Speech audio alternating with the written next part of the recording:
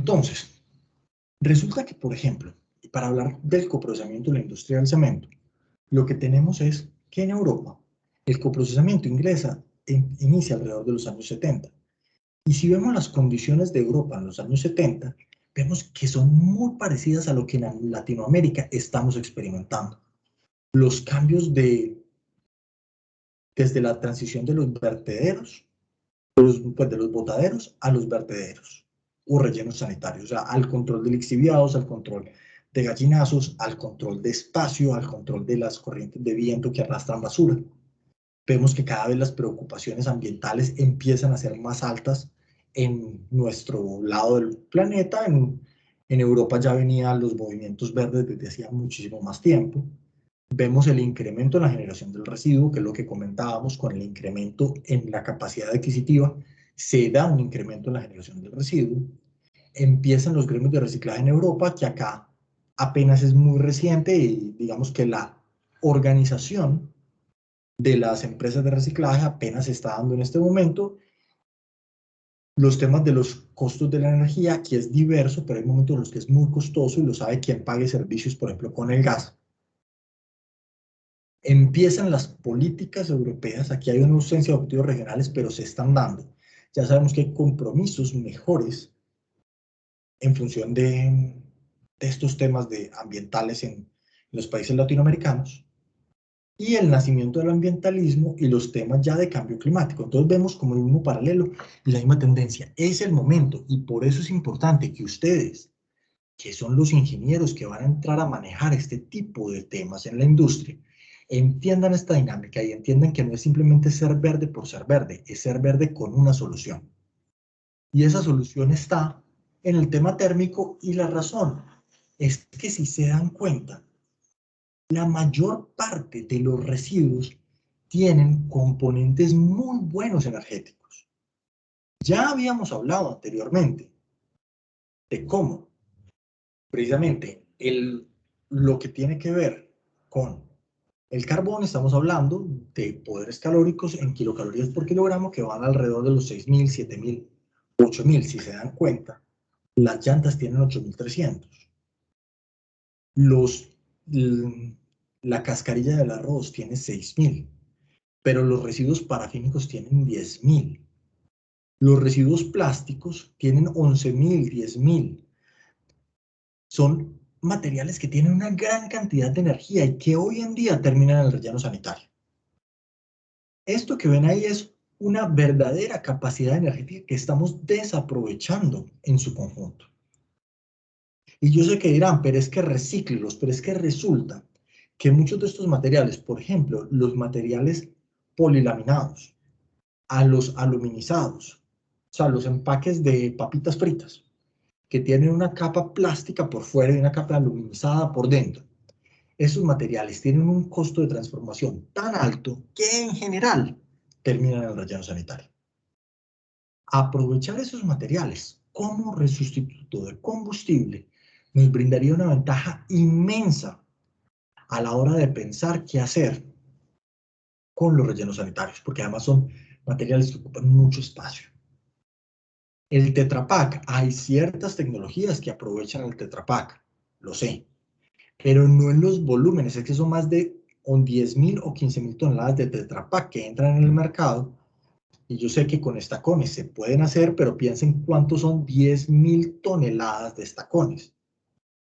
También se habla mucho de la madera plástica. La madera plástica y la botellita de amor es una iniciativa bastante buena, y ojalá pudiera replicarse, pero resulta que con madera plástica no se pueden hacer los más de 120.000 o 200.000, dependiendo del cálculo que ustedes utilicen, toneladas de material plástico de empaque que están llegando a los rellenos sanitarios a cada año. Todo ese material es un material que requiere que ser aprovechado de una manera más inteligente y más eficiente. Y es por eso que el coprocesamiento, el desarrollo de combustibles a partir de este tipo de materiales, tiende a ser una muy buena solución.